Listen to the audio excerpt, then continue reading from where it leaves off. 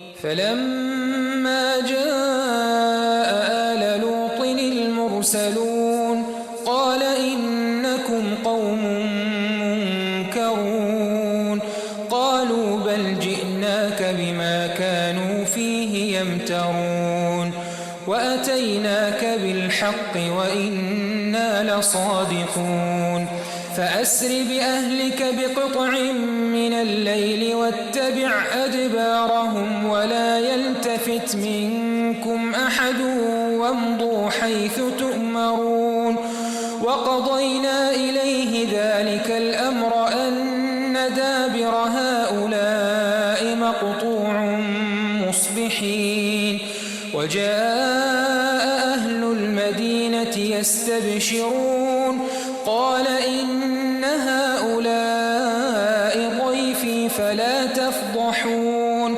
واتقوا الله ولا تخزون قالوا أولم ننهك عن العالمين قال هؤلاء بناتي إن كنتم فاعلين لعمرك إنهم لفي سكرتهم يعمهون فأخذتهم الصيحة مشرقين فجعلنا عاليها سافلها وأمطرنا عليهم حجارة من سجيل إن في ذلك لآيات للمتوسمين وإنها لبسبيل مقيم إن في ذلك لآية للمؤمنين وإن كان أصحاب الأيكة لظالمين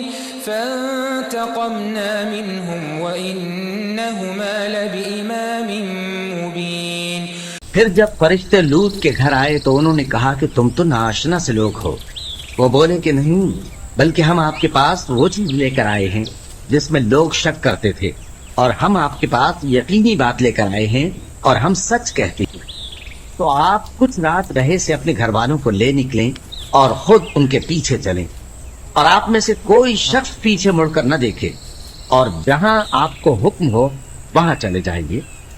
اور ہم نے لوط کی طرف وہی بھیجی کہ ان لوگوں کی جڑ صبح ہوتے ہوتے کاٹ دی جائے گی۔ اور اہل شہر لوط کے پاس خوش خوش دوڑے آئے۔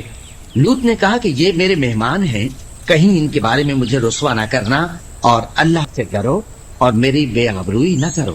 وہ بولے کیا ہم نے تم کو سارے جہان کی حمایت و طرفداری سے منع نہیں کیا؟ انہوں نے کہا کہ اگر تمہیں کرنا ہی ہے تو یہ میری قوم کی لڑکیاں ہیں، ان سے شادی کر لو۔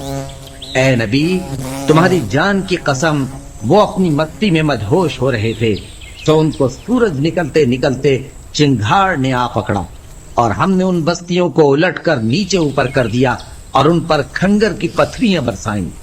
بے شک اس قصے میں اہل فراست کے لیے نشانی ہے، اور وہ بستیاں اب تک شام جانے والے سیدھے رستے پر موجود ہیں۔ بے شک اس میں ایمان لانے والوں کے لیے نشانی ہے۔